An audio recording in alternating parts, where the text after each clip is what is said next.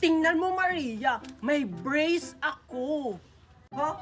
Ganyan ba yung braces? Hindi naman ganyan yun. Baka laruan lang yan.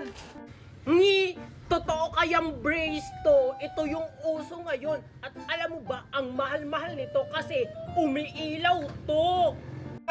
Di nga. Sige nga, kung totoong braces yan, ilagay mo nga sa ngipin mo. Ayaw mo talagang maniwala, oh. Tingnan mo. Oh, diba? Umiilaw. Wow! Oo nga. Ang ganda naman yan, Junjun. Saan mo yan nabili? Hindi ka makakabili dito na sa Pilipinas kasi sa ibang bansa ito nabibili. Hindi, magpapa-order ako ng ganyan kay Mami. Basta magkakaroon ako ng ganyan. Mami! Mami! Mami! Oh, ano naman yan, Maria? Kasi Mami, si Junjun may braces na umiilaw. Ang ganda-ganda. Oh, ano naman ngayon? Pinapainggit sa akin kasi sabi niya hindi daw natin kayang bilhin yun kasi mahal yun. No, hindi natin mabibili yun.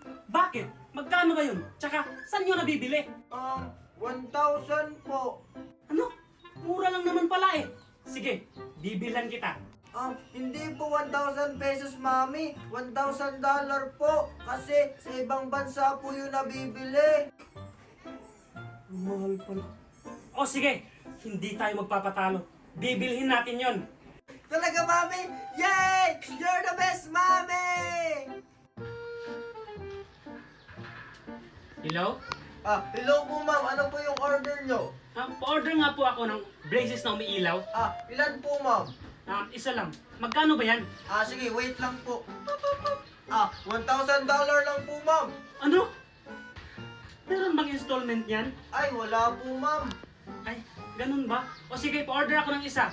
I-deliver nyo na lang po COD. Ngayon na. Sige po, Ma'am. Maghintay na lang po kayo ng 5 minutes. Darating na po yung order nyo. O sige po, salamat.